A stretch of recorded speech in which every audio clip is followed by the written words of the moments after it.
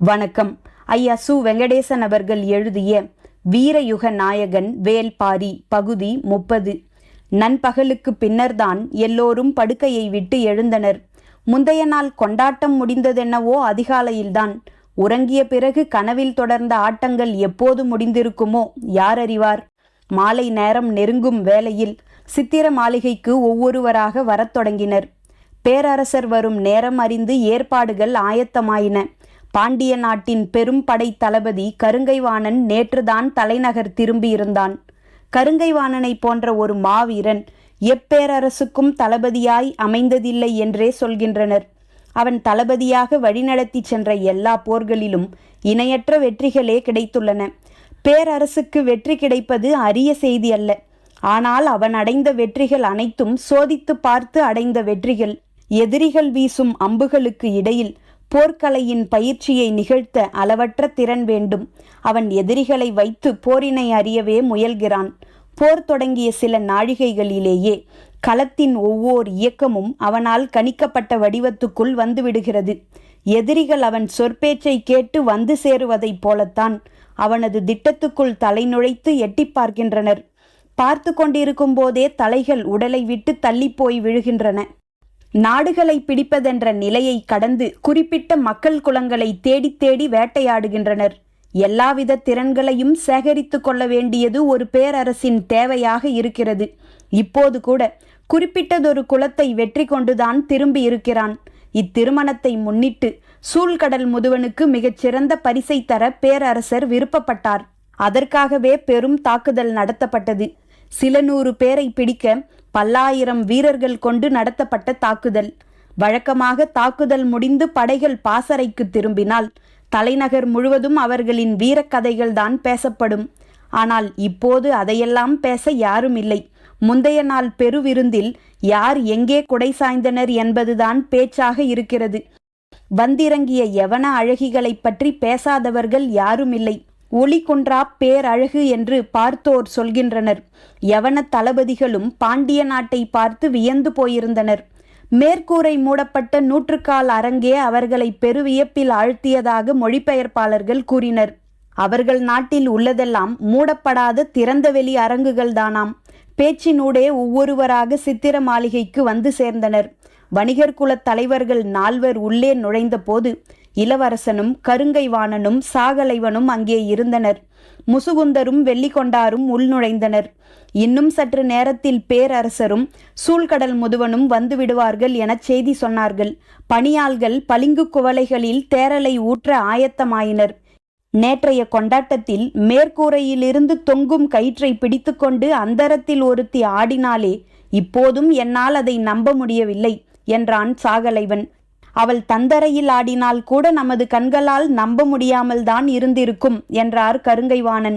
பேசிக்கொண்டிருக்கும் போது வெள்ளிக்கொண்டார் கேட்டார், அந்த ஆட்டம் எப்பொழுது நிகழ்ந்தது? எல்லோரும் சிரித்தனர். உங்களின் ஆட்டம் தொடங்கிய பின்னால்தான் என்றான் சாகலைவன். அவளாவது கயிற்றை பிடித்து ஆடினாள், நீங்களோ காற்றை பிடித்தே ஆடினீர்கள் என்றார் முசுகுந்தர். சிரிப்பு அரங்கை நிறைத்தது. பேரரசர் வரும் அறிவிப்பு ஓசை கேட்டது. சிரிப்பொலியை அடக்கி வாயில் நோக்கி வணங்கி நின்றனர். தேரல் மட்டும்தான் அருந்தும்போது தரும் மயக்கத்தை அதன் மனத்தை நுகரும்போதே தந்துவிடும் சிறப்பை கொண்டது. அதனாலேயே குவளையில் ஏந்தியபடி மோந்தும் விளக்கியுமாக ஒரு விளையாட்டை விளையாடுவர். மூக்கில் ஏறும் மயக்கம் கன நேரத்திலேயே நடு உச்சியை தொட்டு திரும்புகிறது. கலையாமல் இருக்கும் மேகம் போல அது உச்சந்தலையில் நீண்டு நிலை கொள்ளும். எப்போது குடிக்கத் தொடங்குகிறீர்களோ அதன்பின் அது வயிற்றோடும் எரிகொள்ளும் மயக்கத்தோடும் தொடர்புடையதாகிவிடுகிறது. எனவே முதல் மிடரை அருந்தும் வரை மயங்கும் காலத்தை நீட்டித்துச் செல்பவன்தான் தேரலில் தேர்ந்தவனாகிறான். இங்கிருப்பவர்கள் எல்லோரும் தேர்ந்தவர்கள்தான். ஏந்திய குவளையை மூக்குகள் நுகர்ந்தபடி பேச்சுக்கள் மட்டுமே சுழன்று கொண்டிருந்தன. அரங்கின் ஆட்டம் பற்றி பேசுதல் மிதக்கும் மனநிலைக்கு மெருகேற்றியது. திரைச்சீலை விலக மறுத்த கணத்தில் பணியாளன் ஒருவன் ஓடிப்போய் அதனை சரி செய்தான். அது தற்செயலான நிகழ்வு என்று எல்லோரும் நினைத்தனர். ஆனால் அரங்கினரின் கவனம் முழுவதையும் திரைச்சீலையில் நிறுத்தி தனது சீலையை மாற்றி சுழன்று உள்நுழைந்தாளே அவள், அந்த கணம்தான் நேற்றைய ஆட்டத்தின் உச்சம் என்றார் முசுகுந்தர். தேரலை அருந்தியபடி புதிய வெப்பனின் வாய் முணுமுணுத்தது. உச்சத்தை அறிந்தவன் நான் மட்டுமே. எல்லோரும் ஆடல் அரங்கையே பேசிக்கொண்டிருக்க சூழ்கடல் முதுவன் அமைதியாக கேட்டுக்கொண்டிருந்தார். அவரை பார்த்து பேரரசர் கேட்டார், நீங்கள் பேரரங்கில் கலந்து கொள்ளவில்லையா? இல்லை அரசே, நான் திசைவேழரை காணப் போயிருந்தேன். மிக பயனுள்ள பொழுதாக அது அமைந்தது. நீங்கள் அடைந்த பயனை எங்களோடு பகிர்ந்து கொள்ளலாமா? யவனர்களுக்கும் நமக்குமான வானியல் வேறுபாட்டை பற்றி பொருத்தமானவரிடம் உரையாட வேண்டும் என நீண்ட நாள் நினைத்திருந்தேன். அது நேற்றுதான் நிறைவேறியது. திசைவேழர் வானியலின் பேராசான், நீங்களோ கடல் வணிகத்தின் பெருமுதுவன். இருவரும் உரையாடினால் எவ்வளவு அறிவார்ந்த உரையாடலாக அது இருந்திருக்கும். எனக்கு கேட்க வாய்ப்பின்றி போய்விட்டதே. பேரரசரின் இச்சொல் சூழ்கடல் முதுவனை நாணச் செய்தது. யவனர்கள் பெரும் பேரரசை ஆண்டு கொண்டிருப்பவர்கள். நம்மை அவர்களோடு ஒப்பிட முடியாது. ஆனாலும் இருவருக்கும் நிறைய ஒற்றுமைகள் உண்டு. அப்படித்தானே முதுவரே என்று கேட்டார் முசுகுந்தர். ஆம் என்றார் முதுவன். கொள்வதற்கு விலையில்லா செல்வம் அவர்களிடம் உண்டு. கொடுக்கவோ ஒப்பிட முடியா வளம் நம்மிடம் உண்டு. இப்பெரும் வணிகம் நடக்கும் கடலை நாம் நேமி என்கிறோம். அவர்களும் இதை போன்றே சொல்கின்றனர். நாம் வட்டத்தை திகிரி என்கிறோம். அவர்களோ டிகிரி என்கின்றனர். காலத்தின் அளவீடுகளை நாம் ஓரை என்கிறோம். அவர்களோ ஓவர் என்கின்றனர். வெம்மையை குளுமையாக்கும் அதிசய மரமாக நமக்கு வேம்பு இருக்கிறது. அவர்களுக்கோ ஆலிவ். இரண்டின் இலையிலும் இருப்பது ஒரே கசப்பு. இரண்டின் நிழலிலும் இருப்பது ஒரே குளுமை. நூற்றாண்டுக்கும் மேற்பட்ட வணிகத்தால் எவ்வளவோ கொடுக்கல் வாங்கல் நடந்திருக்கிறது. இவ்வணிகம் அவர்களின் தேவையில் இருந்துதான் தொடங்கி வளர்ந்தது. அதற்கான மாற்று ஈடாகத்தான் நாம் பலவற்றை பெற்றுக்கொள்கிறோம். அந்த தொடக்க கட்டத்தில் இருந்து நாம் வெகு தூரம் முன்னோக்கி வந்துவிட்டோம். இப்போதைய நிலையில் கடல் வணிகத்தில் நமது கை ஓங்க வழி என்ன என கேட்டார் முசுகுந்தர். கற்பனைக்கான மயக்கத்துக்கு இப்போது தேரலோ நேற்றைய ஆட்டத்தின் நினைவோ தேவைப்படவில்லை. வணிகத்தின் பெருங்கனவே போதுமானதாக இருந்தது.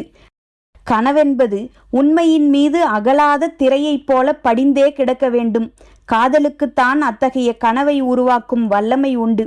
அதனாலேயே கைகூடாத காதலுக்கு பெருந்தண்டனையை கனவுகளே அளிக்கின்றன என்றாள் பொற்சுவை. வைகையின் கரையோரம் பூவிலி மன்றத்தில் இருந்து ஓடும் நதியை பார்த்து கொண்டே பொற்சுவை கூறியது சுகமதிக்கு அதிர்ச்சியை தந்தது. சக்கரவாக பறவை கடலின் குறியீடாக மட்டுமல்ல, காதலின் குறியீடாகவும் இருக்கிறது. எனவே அவ்விடம் விட்டு வெளியில் வருதல் நலம் என தோன்றியதால் வைகை கரைக்கு அழைத்து வந்தாள் சுகமதி. நதி கனவோடும் காதலோடும் கலந்த ஒன்றல்லவா? அதுவும் வைகை காதலர் திருவிழாவை காலங்காலமாக தனது உள்ளங்கையில் வைத்து கொண்டாடும் நதியல்லவா? இங்கு வந்தால் வேறு எதன் நினைவு வரும் என்று நீ நினைத்தாய் எனக் கேட்டாள் பொற்சுவை. வைகையை தமிழ் நதி என்றுதானே புலவர்கள் அழைக்கின்றனர். அதனால் உங்களின் நினைவு இலக்கியத்தின் பால் செல்லும் என நினைத்தேன் என்றாள் சுகமதி. இலக்கியமும் காதலும் வெவ்வேறா சுகமதி எனக் கேட்டவள் கூறினாள். நீ கப்பலுக்குள் இருக்கும் நீரணி மன்றத்தில் நாட்டியம் பார்த்திருக்கிறாயா? ஒரே ஒரு முறை மணிவாய் தீவுக்கு போகும்போது உங்களோடு சேர்ந்து பார்த்திருக்கிறேன். அப்போது என்ன நடந்தது என்று நினைவுபடுத்திப்பார். நடனமாடுபவளின் கால்களை நாம் வியந்து பார்த்து கொண்டிருப்போம். ஆனால் அதைவிட அதிகமாக நாம் ஆடிக்கொண்டிருப்போம். எது நடனம் என்ற குழப்பம் இருந்து கொண்டே இருக்கும். இலக்கியமும் காதலும் அப்படித்தான். எது இலக்கியம் எது காதல் என்பதை பிரித்தறிய முடியாது. ஒன்றின் நிழலாக இன்னொன்று இருக்கும். ஆனால் எது நிழல் என்பதை உறுதியாக சொல்ல முடியாது. சுகமதி வாயடைத்து போனாள். வைகையின் சிற்றலைகள் அடுத்தடுத்து வந்து பொற்சுவையின் கால்களை நனைத்து போயின. ஆடையின் கீழ் விளிம்பு முழுவதும் ஈரமானது. நேற்று ஆடலரங்குக்கு நீங்கள் ஏன் வரவில்லை என்றும் நீயாவது சொல்லி அழைத்து வர வேண்டாமா என்றும் பலர் என்னை கேட்டனர். நீ என்ன சொன்னாய்? பொற்சுவை மிகச் சிறந்த நடனமங்கை. யாருடைய ஆட்டத்தை பார்க்க வேண்டும் என்று அவருக்கு தெரியாதா என பதிலுக்கு கேட்டேன். மறுமொழியால் மகிழ்ந்த பொற்சுவை கேட்டால், நான் சிறந்த நடனமங்கையா சுகமதி? இதில் என்ன ஐயம்? நீங்கள் ஆடிய ஆட்டத்தை கண்டு மயங்கியவன்தானே அந்த மாவீரன். கேலி சிரிப்பொன்றை உதிர்த்தபடி பொற்சுவை கேட்டால், நீ எதற்காக என்னை வைகை கரைக்கு அழைத்து வந்தாய்? இப்போது எதை நினைவூட்டுகிறாய் என கவனித்தாயா? அப்போதுதான் சுகமதிக்கு தான் செய்த தவறு புரிந்தது. நாக்கை மடக்கி கடித்தாள். தப்பிக்க முடியாது சுகமதி. நானும் நீயும் காதலை விட்டு ஒருபோதும் தப்பிக்க முடியாது. ஆடையின் கீழ் விளிம்பை நதிநீரும் கழுத்தின் மேல் விளிம்பை கண்ணீரும் கடந்து கொண்டிருக்கின்றன. நாம் என்ன செய்ய முடியும்?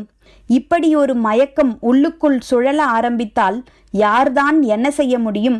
தேரலின் சுவையை இதழ்கள் பருகத் தொடங்கிய நேரத்தில் சூழ்கடல் முதுவன் பேசத் தொடங்கினான். யவனத்தேரல் இதனினும் கடுஞ்சுவை கொண்டது, ஆனால் மனமற்றது. பாண்டிய நாட்டு தேரலின் தனிச்சுவையே மனத்தாலேயே மயக்குதல்தான். யவனத்தேரல் மனமற்று போகலாம், ஆனால் யவன அழகிகள் பார்த்தாலே மயங்க வைக்கும் மாயங்களன்றோ? அவர்களை என்ன சொல்வது? ஏளனமாய் ஒரு சிரிப்பு சிரித்தார் முதுவன். இதில் சிரிக்க என்ன இருக்கிறது எனக் கேட்டார் முசுகுந்தர். நீங்கள் பேரழகிகள் என்று வர்ணித்து மயங்குகிறீர்களே, அவர்களில் பெரும்பான்மையோர் யவன அழகிகள் அல்லர். அவையிலிருந்த எல்லோருக்கும் உச்சியில் ஏறிய மயக்கம் சட்டென கீழ் இறங்கியது. பேரரசர் திகைத்து போனார். முதுவன் அதனை கண்டு கொள்ளாமல் தேரலை பருகினான். என்ன இப்படி சொல்கிறீர்கள்? அவர்கள் யவன அழகிகள் இல்லாமல் வேறு யார்? அவர்கள் எல்லோரும் பாப்ரிகோன் அழகிகள். ஒரு சாயலில் யவன அழகிகள் போல் இருப்பார்கள். அவர்களைத்தான் கப்பலில் வந்து இறக்குகின்றனர். எங்களுக்கு உண்மை தெரியும் என்பதால் இம்முறை 3 பேரை மட்டும் யவனத்திலிருந்தும் மீதம் 20க்கும் மேற்பட்டோரை பாப்ரிகோனிலிருந்தும் அழைத்து வந்து பரிசளித்தனர். எல்லோரும் அதிர்ந்து போனார்கள். சற்றே பதற்றமும் உருவானது. பரிசளிக்கப்பட்டவர்களில் 3 மட்டும்தான் யவன அழகிகள் என்று எப்படி சொல்கிறீர்கள் எனக் கேட்டார் வெள்ளிக்கொண்டார். குவளையை மாற்றி நிரப்பிய தேரலை கையில் ஏந்தியபடி முதுவன் சொன்னான். நாங்கள் வணிகத்தில் பெரும் பொருள் ஈட்டுபவர்கள் மட்டுமல்ல, பெரும் பொருள் இழப்பவர்களும் தான். பேரரசருக்கு ஏற்பட்ட அதிர்ச்சி வெளிப்படையாகவே தெரிந்தது. இந்த ஏமாற்றம் ஒரு தரப்புக்கு மட்டும் என்று நினைத்து விடாதீர்கள், 2 தரப்புக்கும் தான் நிகழ்கிறது என்றார் முதுவன்.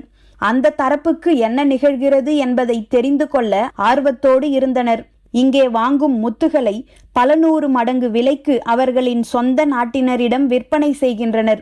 உங்களுக்கு தருவனவற்றில் நிறமும் மூக்கும் தான் வேறுபடுகின்றன. அவர்களுக்கு தருவனவற்றில் 100க்கு 100 வேறுபடுகின்றன. எல்லோரும் வாய் பிளந்து கேட்டுக்கொண்டிருந்தனர். முதுவன் சொன்னான், இதுதான் வணிகத்தின் நியதி. விற்கப்படும் இடத்தில் முடிவாகும் விலை பொருளுக்கு மட்டுமல்ல, அதை பற்றிய அறியாமைக்கும் சேர்த்துத்தான். பல 100 மடங்கு அதிகப்படுத்தி விற்கிறார்கள் என்றால் அதை ஏன் அவர்கள் மட்டும் பெற வேண்டும்? இவ்வணிக பாதையின் கட்டமைப்பை கையில் வைத்திருப்பது அவர்கள்தானே. அவர்கள் வைத்துள்ள கட்டமைப்பு என்ன என்பதனை சற்று விளக்கமாக சொல்லுங்கள். அதன்பின் நாம் என்ன செய்யலாம் என்பதை பற்றி சிந்திக்கலாம் என்றார் முசுகுந்தர். இனிமேல் சிந்திக்க என்னடி இருக்கிறது? எல்லாம் முடிந்துவிட்டது. என்னால் இன்னும் நம்ப முடியவில்லை. எதனால் தங்கள் தந்தை இந்த முடிவை எடுத்தார்? பாண்டிய நாட்டு முத்துகள் 100 மடங்கு அதிக விலைக்கு யவனத்தில் விற்பனையாவதை அறிந்துதான் அதற்காகவா எடுத்திருப்பார்? வேறு எதற்காக எடுத்தார்? மிளகின் விலை இதைவிட அதிகமாக இருந்திருக்குமேயானால் இத்தனை கப்பல்களும் முசிறியில்தானே நங்கூரம் பாய்ச்சி இருக்கும். இந்நேரம் நாம் இருவரும் பேரியாற்றின் கரையில் பேசிக்கொண்டிருந்திருப்போம். சுகமதி திகைத்தபடி நிற்க பொற்சுவை தொடர்ந்தாள். யவனர்கள் எண்ணற்ற அழகிகளை கொண்டு வந்துள்ளதாக கூறினாயே, அதற்கு என்ன காரணமோ அதே காரணம்தான் என் தந்தை என்னை கொண்டு வந்துள்ளதற்கும். சுகமதி உறைந்து நின்றாள். வைகையை பார்த்தபடியே பேசிக்கொண்டிருந்தாள் பொற்சுவை. ஓடும் நீருக்குள் உறங்கும் நதி என்று மனதுக்குள் ஒரு வரி தோன்றியது. அதுதான் பெண் எனவும் தோன்றியது.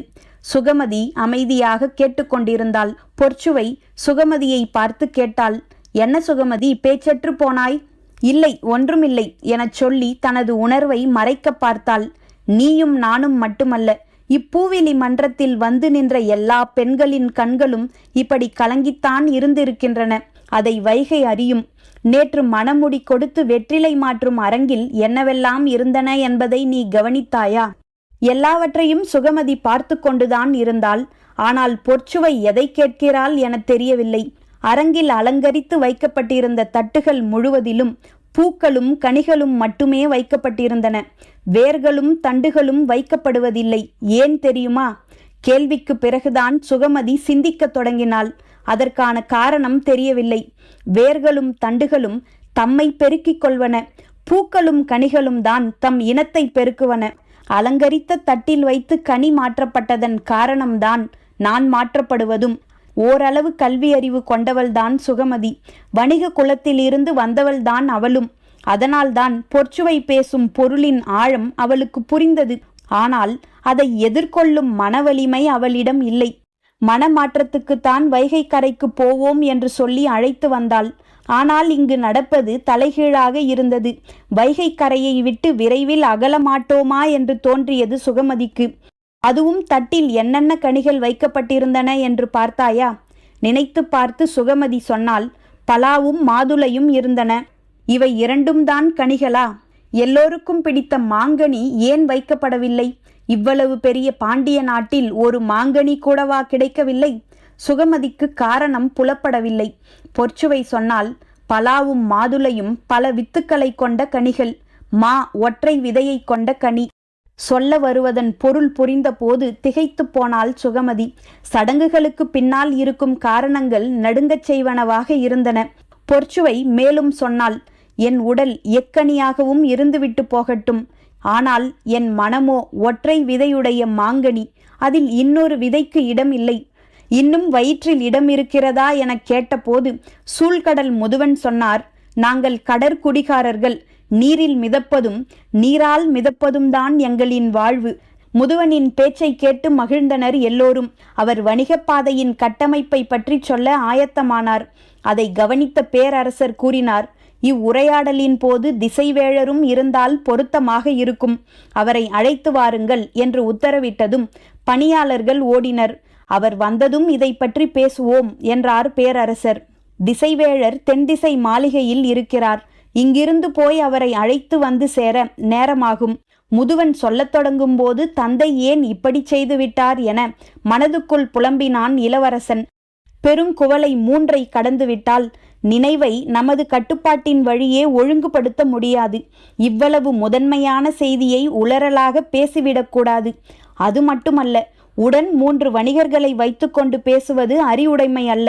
எனவே நாளை நிதானமாக பேசலாம் என்று முடிவெடுத்த பேரரசர் சற்று நேரம் கடத்துவதற்குத்தான் இதை செய்தார். முசுகுந்தருக்கு மட்டும் இது புரிந்தது.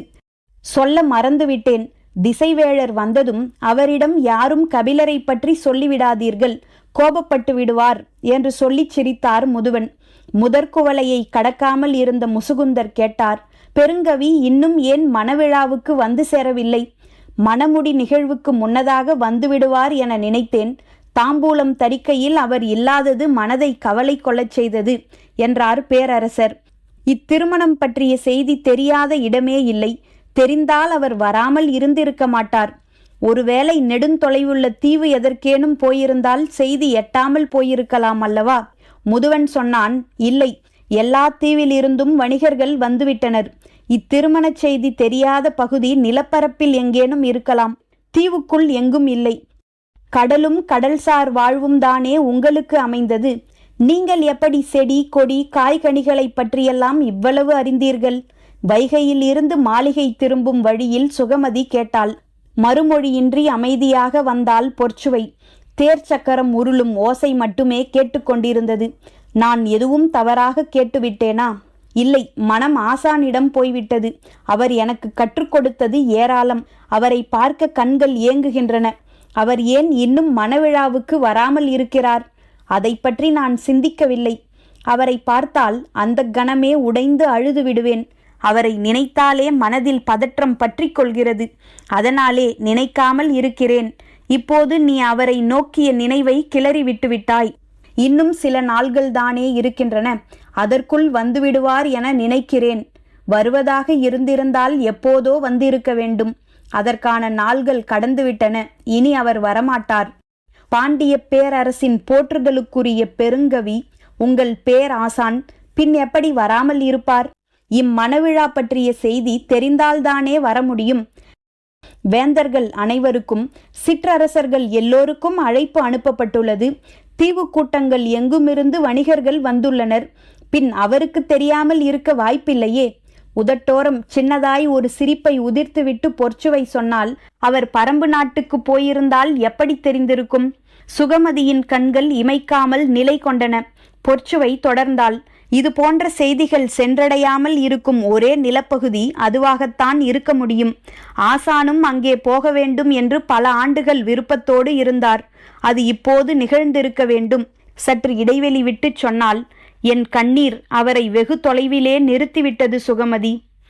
பரம்பின் குரல் ஒலிக்கும்.